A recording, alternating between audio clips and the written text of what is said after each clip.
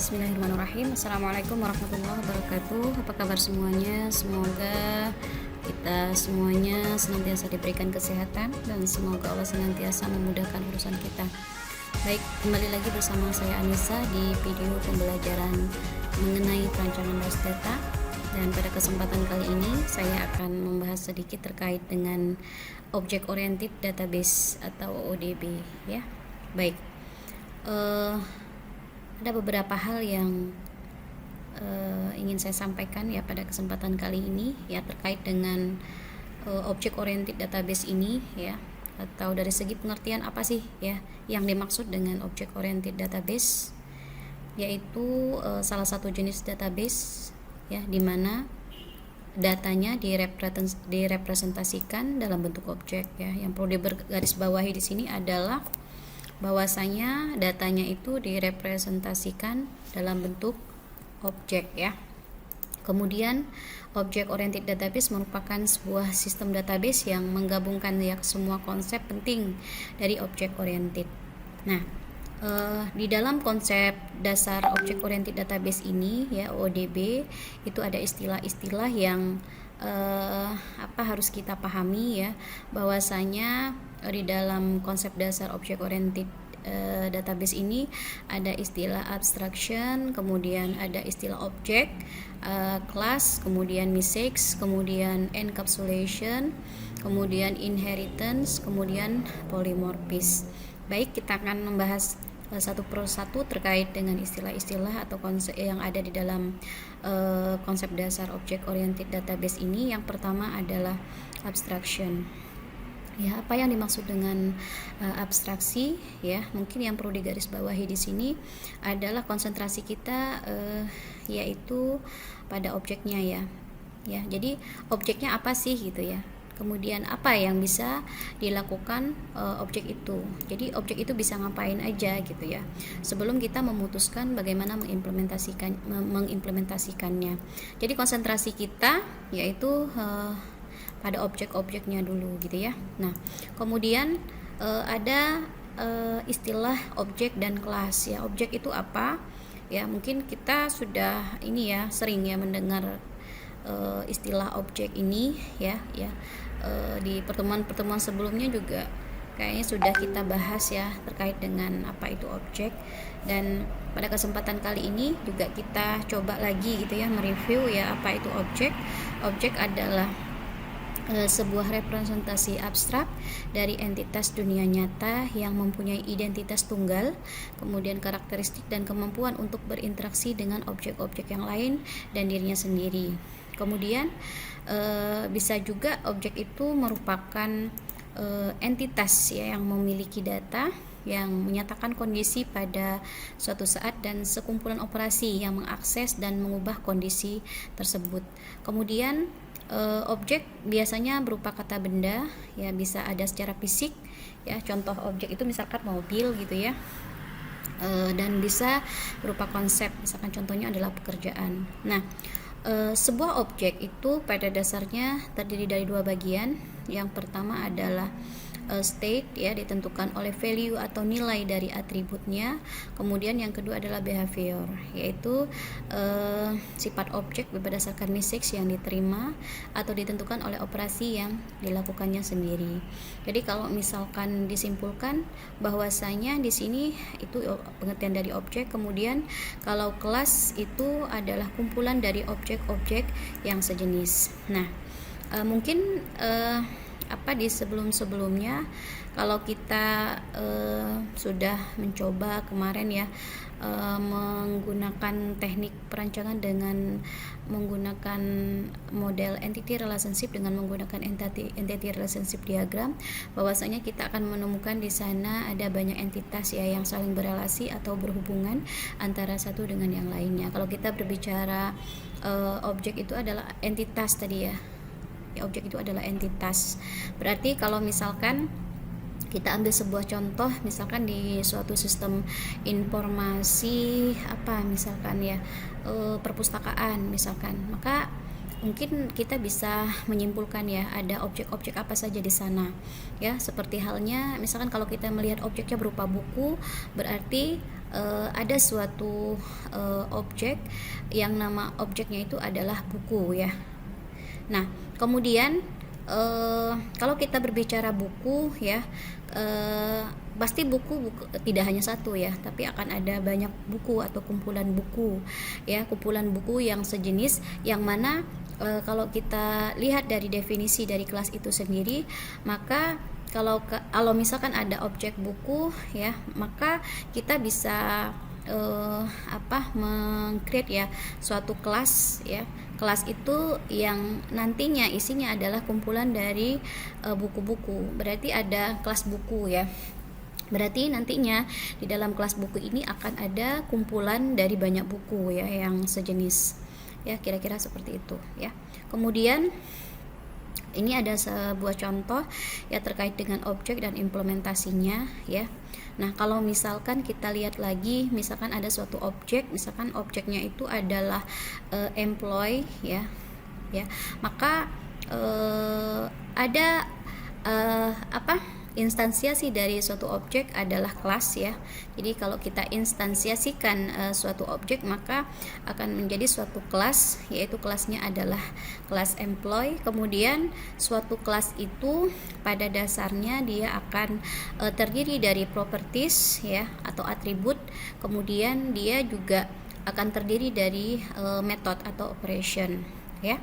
Jadi kalau misalkan kita ambil sebuah contoh objek tadi ya, misalkan adalah employee, kemudian instansiasi dari objek employee itu adalah kelas employee, maka suatu kelas ya akan terdiri dari atribut atau operation dan atribut atau properties dan operation ya.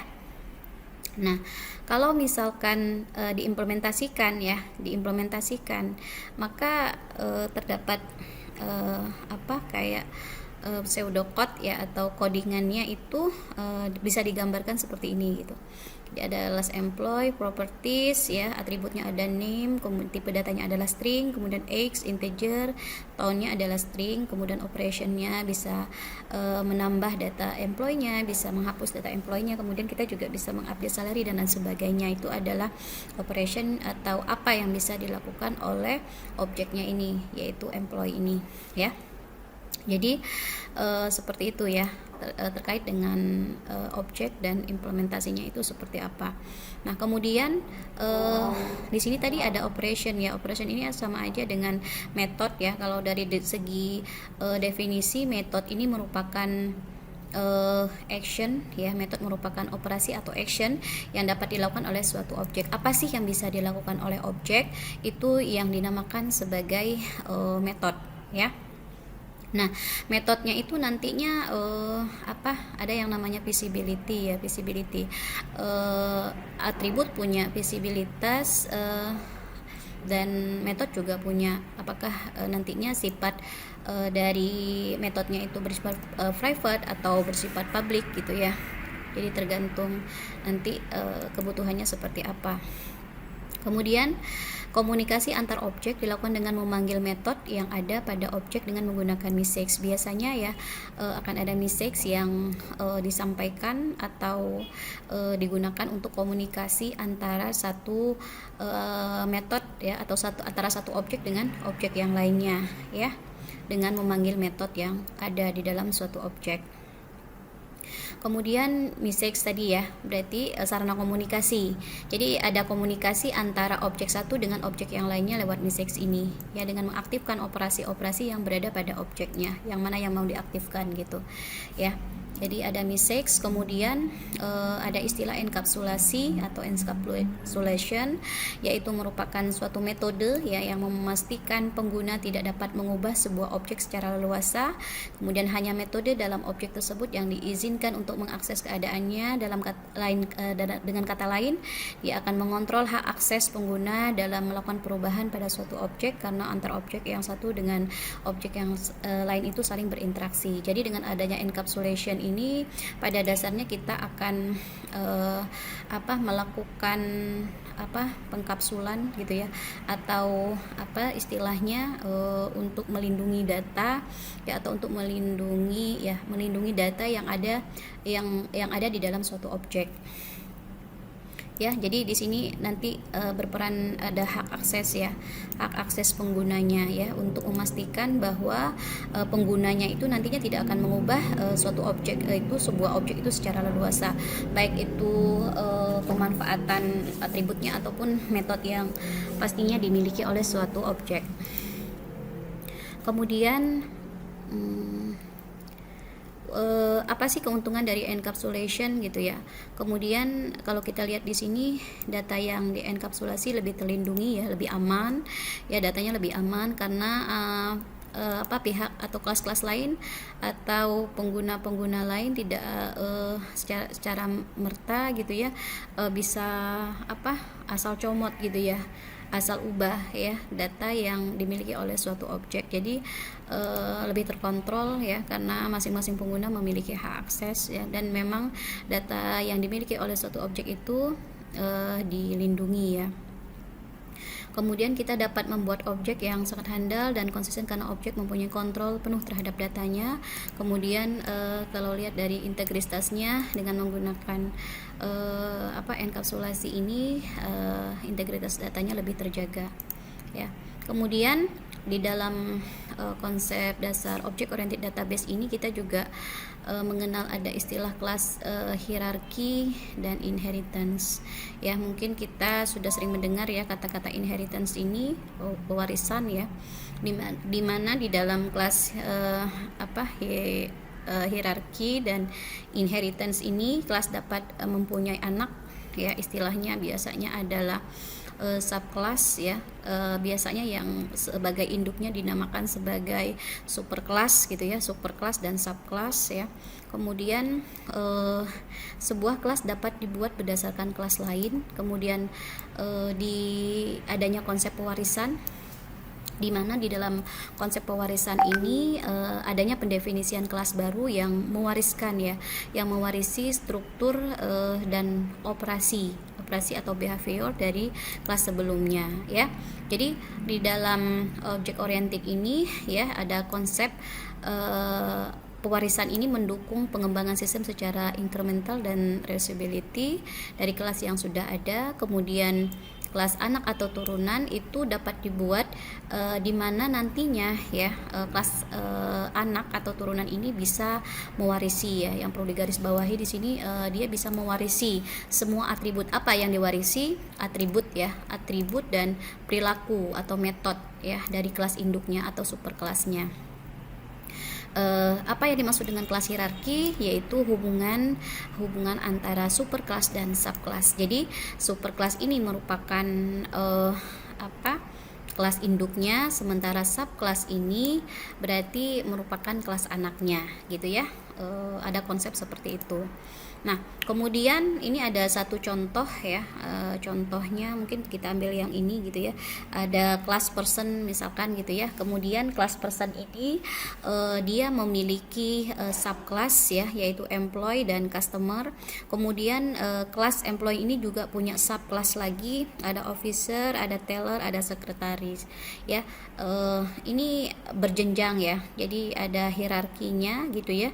Kelas hierarkinya seperti ini. Nah, kalau konsep ini kita buatkan ya, atau bagaimana kita mendefinisikan kelas hierarki ini ya, pseudocode-nya seperti apa, pseudocode-nya seperti apa, bisa kita lihat ya. Di sini ada satu kelas, namanya kelasnya adalah person, kelas yang ini merupakan superkelasnya, yang di bawah adalah subkelasnya ya. Maka di sini kelas person ini ya, yang atributnya adalah nama, address gitu ya.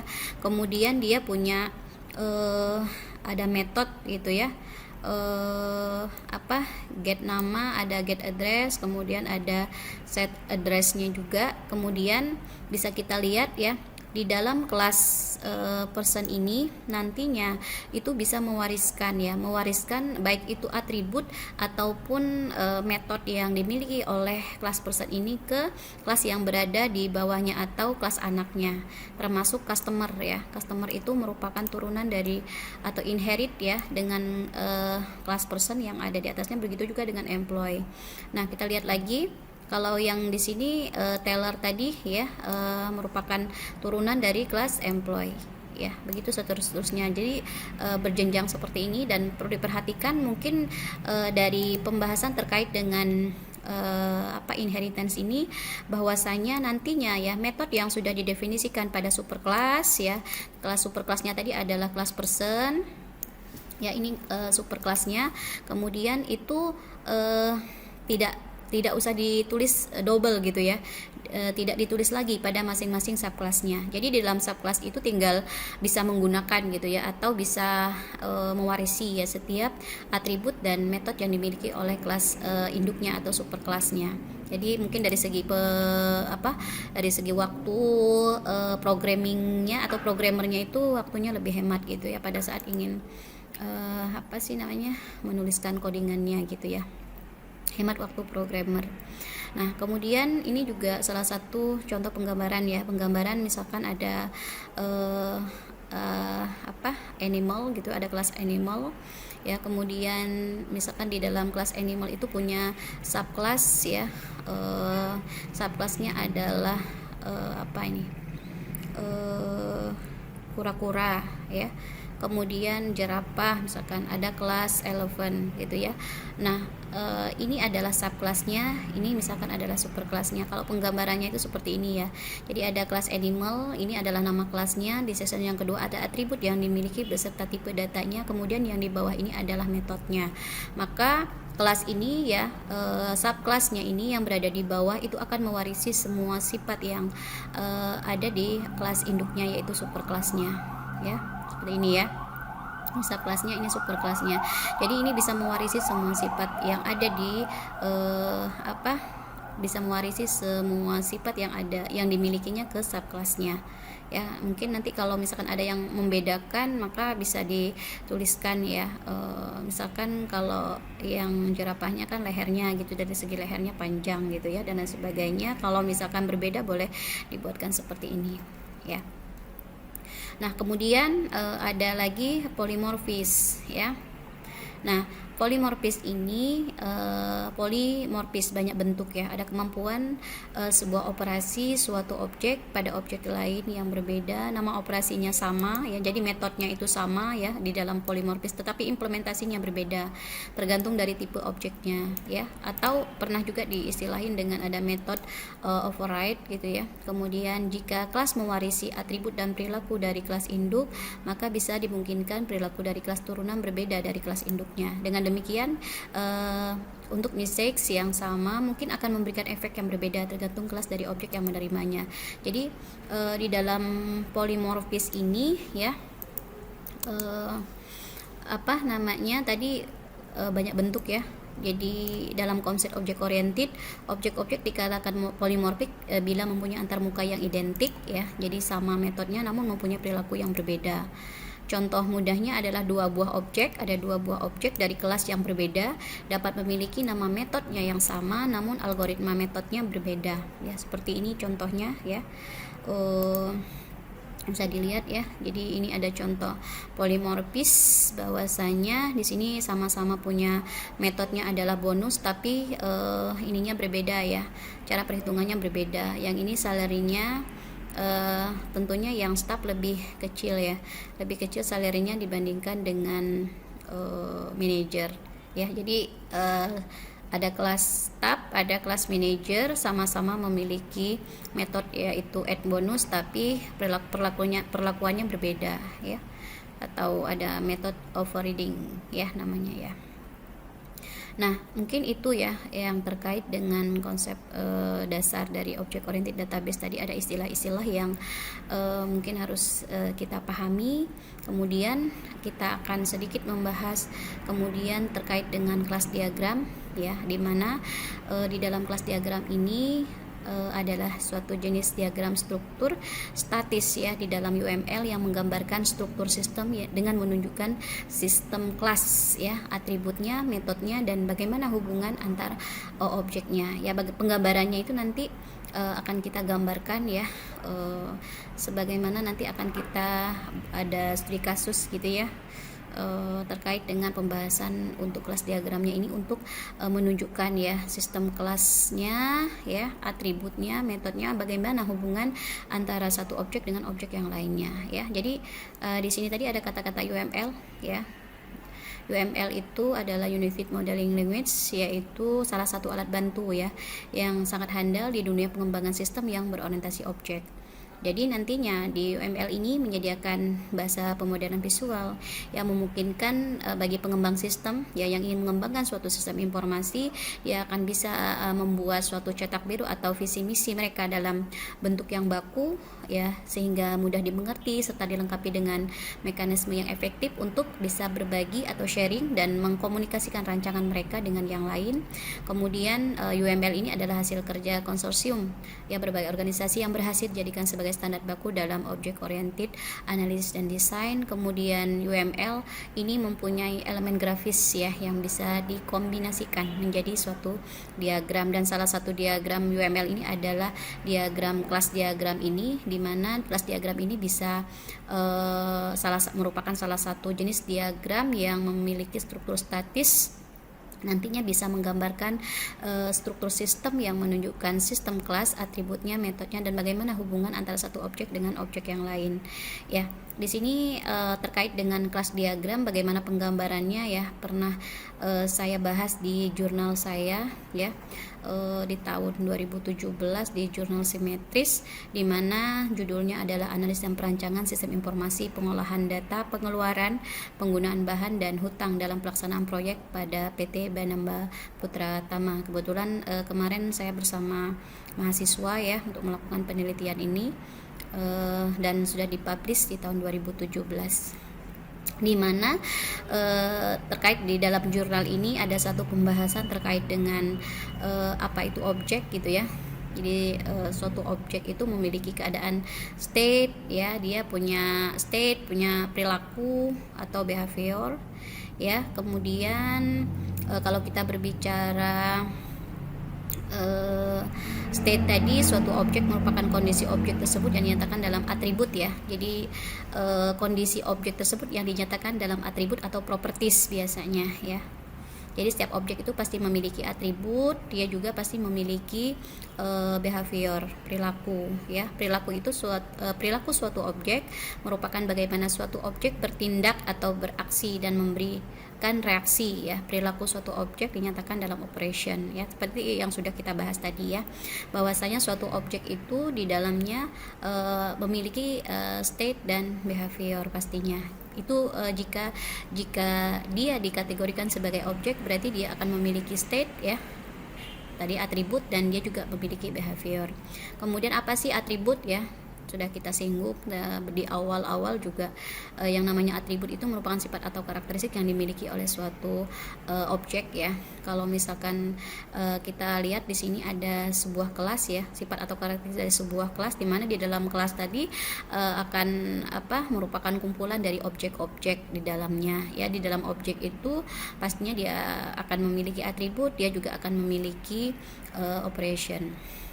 Ya, ini penjelasan ya yang ada dalam jurnal itu terkait dengan penjelasan apa itu objek, penjelasan apa itu atribut, kemudian di dalam kelas diagram itu nantinya ya akan ada association atau hubungan ya. Jadi nantinya antara satu kelas dengan kelas yang lain itu akan terhubung satu sama lain secara konseptual ya. Kemudian di dalam kelas diagram juga nanti akan ada istilah multiplicity ya. Mungkin kalau di konsep model entity relationship kemarin kita bahas bahwasanya ada kardinalitas, yaitu tingkat hubungan antara satu entitas dengan entitas yang lain, maka di kelas diagram juga ada yang namanya sama ya, ada namanya adalah multiplicity, yaitu tingkat hubungan ya antara satu kelas dengan yang kelas yang lain ya. Jadi multiplicity ini pada kasus asosiasi menunjukkan bahwa ada sebuah objek pada sebuah kelas berhubungan dengan sebuah objek pada sebuah asosiasi kelas yang lain ya. Kemudian objek entity, ada istilah objek entity merupakan sebuah objek yang berisi informasi yang berhubungan dengan bisnis yang bersifat menetap dan disimpan pada sebuah database ya. Oke, ini salah satu teori yang ada di dalam jurnal tersebut gitu ya. Kemudian ini adalah salah satu contoh kelas diagram yang diusulkan. Pastinya ini nantinya akan bermanfaat gitu ya untuk proses implementasinya dengan menggunakan bahasa pemrograman yang mensupport, pastinya yang mendukung object oriented, salah satunya bisa mungkin Java gitu ya, bahasa pemrogramannya bisa pakai VB.NET dan lain sebagainya ya.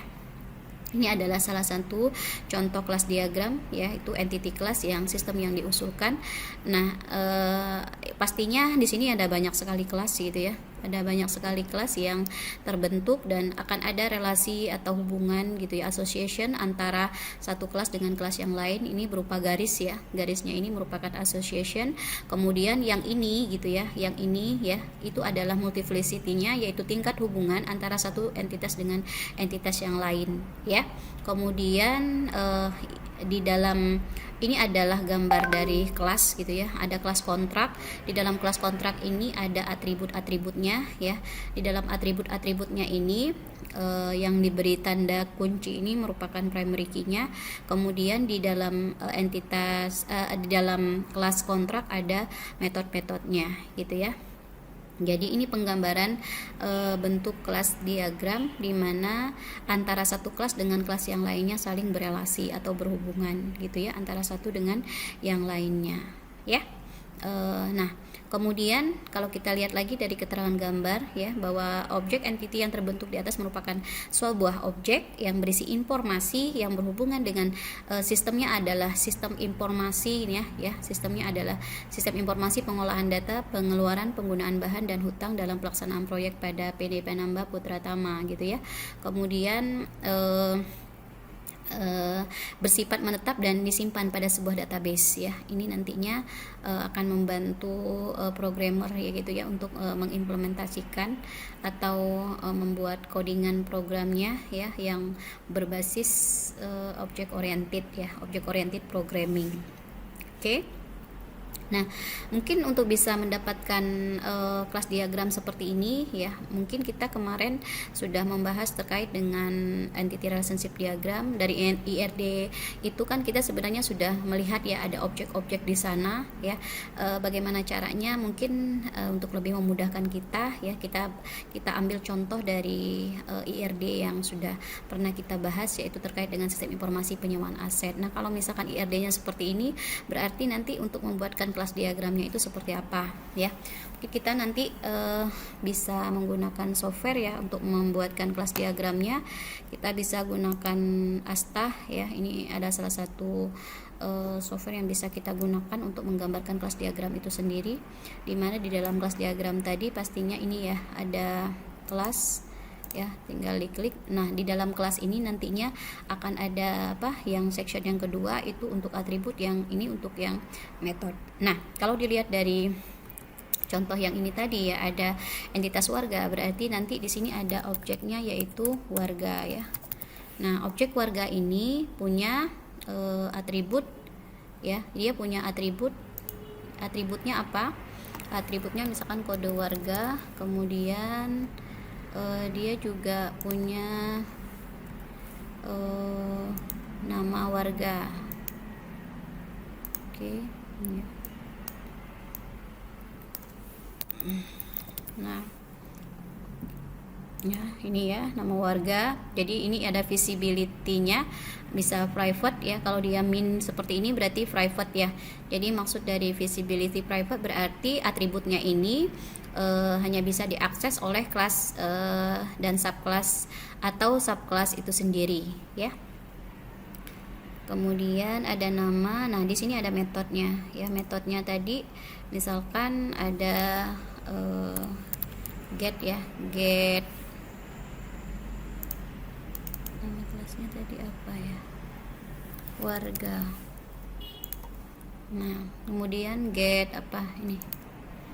Misalkan get warga ya. Kemudian ada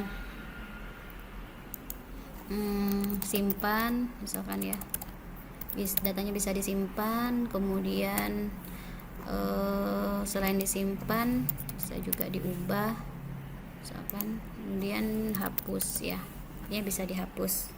Jadi ini adalah atributnya, yang ini adalah metode-metodenya ya. Jadi kalau misalkan di sini mau kita gunakan visibility-nya nanti tergantung ya, tergantung kebutuhan ya. Jadi kalau visibility-nya adalah private ya, maka kita bisa menggunakan bahwasanya atributnya ini hanya bisa diakses ya, diakses oleh kelas itu sendiri ya. Atau public ya, berarti kalau public berarti tandanya adalah plus ya, ini plus. Kita coba ya, yang ini misalkan kalau kita buat public maka dia akan plus. Nah kalau misalkan kita mau rubah ke protected maka bentuknya adalah hashtag seperti ini ya. Kemudian kalau packet berarti seperti ini gitu ya. Jadi kalau visibilitasnya kita gunakan private berarti ini atributnya ini hanya bisa diakses oleh kelas itu sendiri ya. Kemudian kalau dia public berarti atribut ataupun metodenya itu ya bisa diakses oleh kelas yang lain ya, atau subclass yang lain.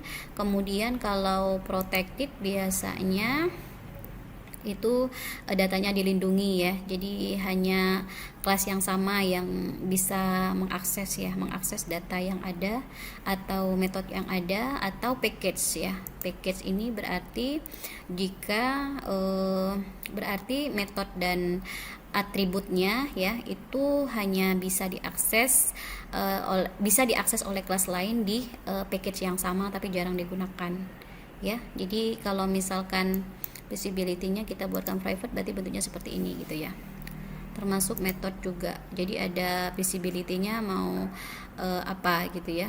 Jadi kalau visibility-nya mau private berarti yang digunakan adalah tanda ini ya, tinggal diganti nantinya terkait dengan visibility yang dimiliki oleh kelas warga itu sendiri. Nah ini ya, kalau mau public berarti silakan public, kalau mau private silakan private. Berarti kalau private atribut dan metodenya ini hanya bisa diakses ya oleh kelas itu sendiri, kelas lain tidak bisa ya. Nah kemudian selanjutnya ya, tadi ada entitas EPA. Nah kalau mau kita buatkan terkait kelas EPA-nya, maka tinggal dibuatkan di sini EPA. EPA tadi punya atributnya adalah nomor EPA, kemudian ada tanggal EPA,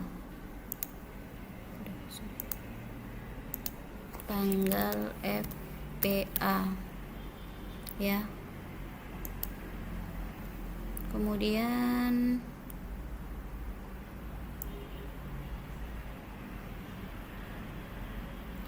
selain ini juga punya metode, misalkan ya, metodenya adalah misalkan get EPA.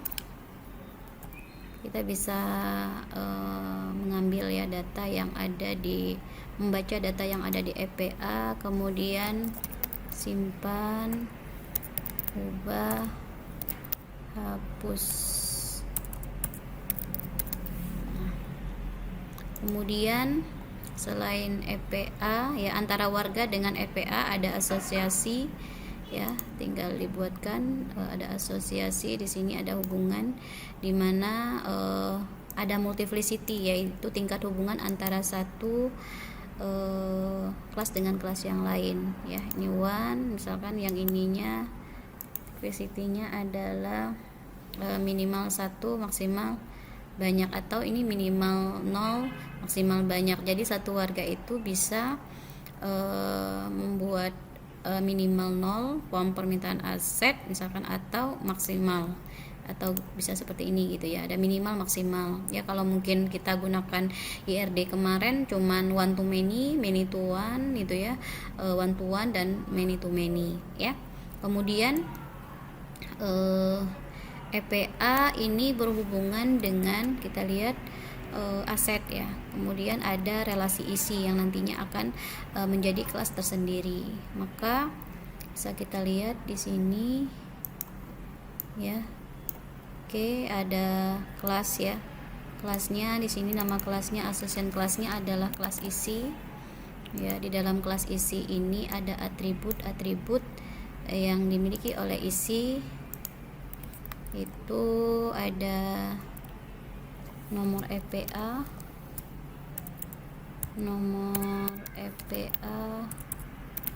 kemudian ada ini ada kelasnya, ada aset ya, ini dulu ya, aset. Kemudian aset itu juga punya atribut aset adalah kode aset, kode aset, kemudian ada nama aset, kode aset, kemudian ada nama aset,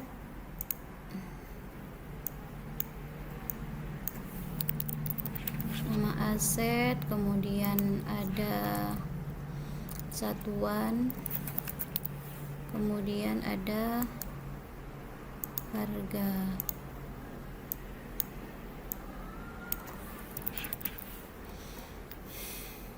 Oke, kemudian di sini ada metodenya. Misalkan ada get EPA, kemudian ada simpan, misalkan simpan EPA. Oke, dua metode itu.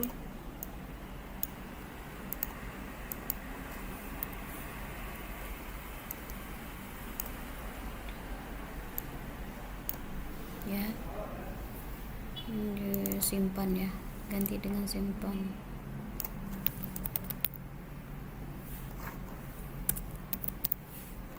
Oke. Kemudian isi tadi ada nomor EPA,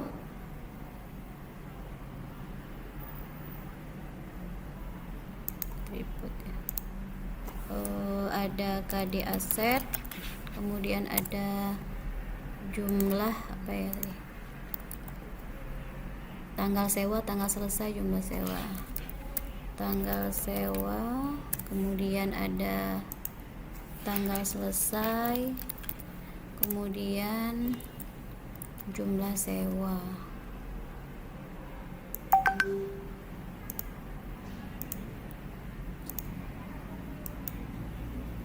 Jumlah sewa ya.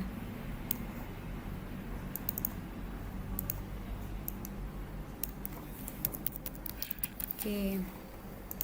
Nah, ini ada juga metodenya, silakan diisi. Misalkan salah satu metodenya kita bisa get isi, kita membaca tabel isi, kemudian kita juga bisa simpan data yang ada di tabel isi atau di kelas isi.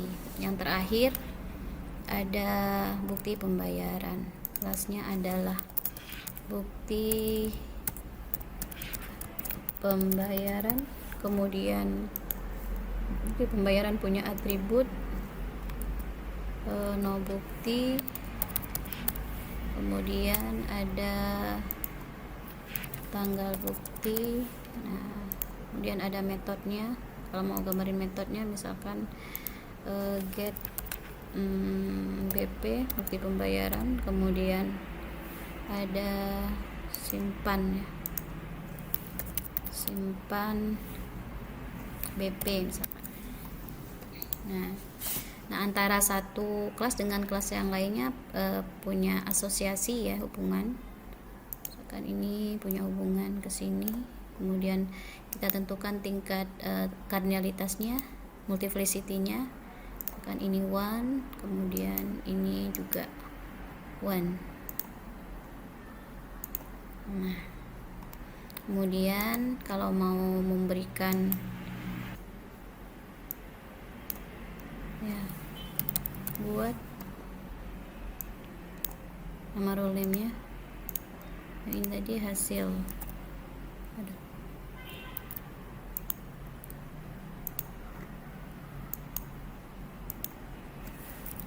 hasil. Oke.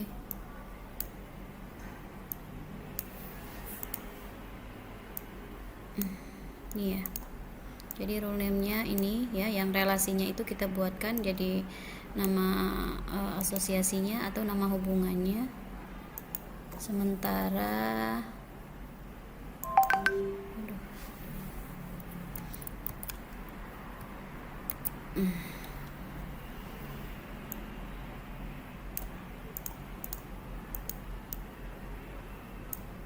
Oke. Nah, kira-kira seperti ini ya hasilnya ya. Jadi ada kelas warga, ada kelas FPA, ada kelas bukti pembayaran, ada kelas aset, ada kelas isi ya. Jadi masing-masing kelas itu punya atribut, dia juga punya metode ya. Jadi nantinya tergantung juga ya, ini juga atributnya bisa diganti ya. Jadi nantinya atributnya ini mau kita tentukan tipe datanya apa. Misalkan untuk kode warga karakter misalkan ya. Misalkan untuk nama warga juga karakter, tinggal diganti saja. Tipe datanya sesuaikan dengan yang nantinya bakal diimplementasikan itu seperti apa. Ya, nanti untuk visibility-nya ya disesuaikan ya, sesuai dengan kebutuhan dari pemrogramannya nanti seperti apa ya. Jadi nanti ini adalah hasil dari apa namanya, penggambaran kelas diagramnya ya. Nah, jadi ada kelas diagramnya, mana ya, sorry, ya. Ini adalah hasil dari kelas diagramnya. Oke ya, adalah kelas diagram yang sudah kita coba buat tadi ya. Nanti untuk visibility-nya nanti disesuaikan saja ya, sesuai dengan kebutuhan ya. Nanti metodenya ini apakah bisa public atau private ya. Kalau public berarti bisa diakses oleh kelas lain ya, bisa diakses oleh kelas lain atau subkelas lainnya ya. Ini adalah penyelesaian dari ini tadi ya. Jadi ini adalah IRD-nya dan yang ini adalah gambar dari kelas diagramnya.